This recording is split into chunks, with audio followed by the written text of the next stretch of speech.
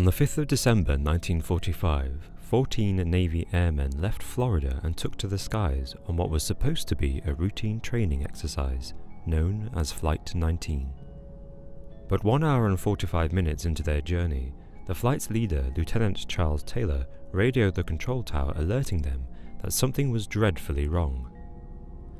Taylor reported that all 3 of his compasses had malfunctioned. He said, "We don't know which way is west. Everything is wrong. Even the ocean doesn't look as it should." Flying over the western part of the North Atlantic Ocean in what's now called the Bermuda Triangle, Flight 19 was never seen again. Later that same evening, a search plane was sent in a desperate attempt to locate the missing flight. But just 27 minutes after takeoff, the search plane and its 13-man crew also became lost to the Bermuda Triangle. Surreal activities in the Bermuda Triangle have been reported since 1492, when the crew of explorer Christopher Columbus edged ever closer to what he would call the New World. Columbus's log reported seeing strange lights, whilst the sea took on an eerie calm before rising high without wind. He also noted that the ship's compass gave erratic readings, which panicked the already restless crew. Situated between Florida, Bermuda and Puerto Rico, the name Bermuda Triangle was coined by author Vincent Gaddis in a 1964 article in the magazine Argosy to explain the perceived phenomenon of airplanes and ships going missing without a trace and without explanation. He was compelled by mysteries like Flight 19 and the USS Cyclops, which got lost at sea off the coast of Barbados in 1918, resulting in the loss of 306 lives, the biggest loss of life in US Navy history not related to combat. Gaddis reported that the Bermuda Triangle is a true mystery and that even the US Navy, the Air Force and the Coast Guard investigators have admitted they are baffled by it. In the last century alone, 1,000 ships and planes have disappeared without a trace within the 500,000 square miles of the Bermuda Triangle. Despite no wreckages to provide evidence, there are endless theories about the disastrous paranormal mechanisms involved in the Bermuda Triangle. The area surrounding the Bermuda Triangle has one of the highest incidences of UFO sightings, which has led some conspiracy theorists to conclude that missing aircraft fall victim to alien abductions, or are even absorbed by portals to other dimensions. This has been suggested in explaining the story of the Ellen Austin, an American vessel that found a deserted schooner on the Atlantic Ocean. In order to capture the schooner for themselves, members of crew from the Ellen Austin agreed to man the ship back to shore, but during the journey the 2 ships separated, and when they reunited, the schooner was once again deserted, the crew having once again vanished without a trace. Author Gian Kazar believes that electromagnetic anomalies in the area's atmosphere have been responsible for historic compass breakdowns. He describes the electronic fog as something that will seize the aircraft and travel with you. You are not flying into the fog, it is flying with you.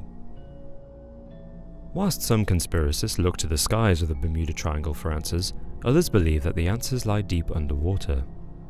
With the discovery in 1968 of the submerged rock formation known as the Bimini Road, after the island of Bimini, conspiracy theorists Paul Weinsweig and Pauline Zalitsky have come to believe that this formation is man-made and therefore evidence of the underwater city of Atlantis.